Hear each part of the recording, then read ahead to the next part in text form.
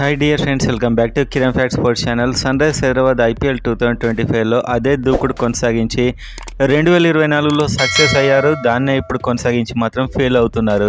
ఎందుకంటే 2024లో అయినా Travis head and Abhishek Sharma ఆడినప్పుడు మాత్రమే సక్సెస్ అయింది 90% మ్యాచెస్. అండ్ ఈసారి వాళ్ళిద్దరు కూడా ఫెయిల్ అవుతున్నారు.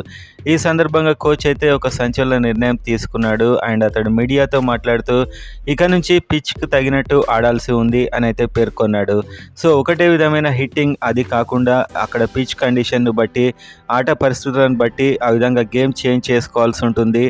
ఇక నుంచి మార్చుకొని ఆడతామని అయితే అతడు చెప్పడం జరిగింది. సో మొత్తానికి హైదరాబాద్ పిచ్ని అయితే అక్కడ క్యూరేటర్ చాలా దెబ్బతీశాడని చెప్పొచ్చు. ఎందుకంటే ఒక మంచి బ్యాటింగ్ వికెట్ అని, ఫస్ట్ బ్యాటింగ్ కాబట్టి రెచ్చిపోయి ఆడదామని ట్రై చేసి అర్థమయ్యేలోపే 4 వికెట్స్ పడిపోయాయి. ఆ తర్వాత ఇంకా కోలుకోలేదు.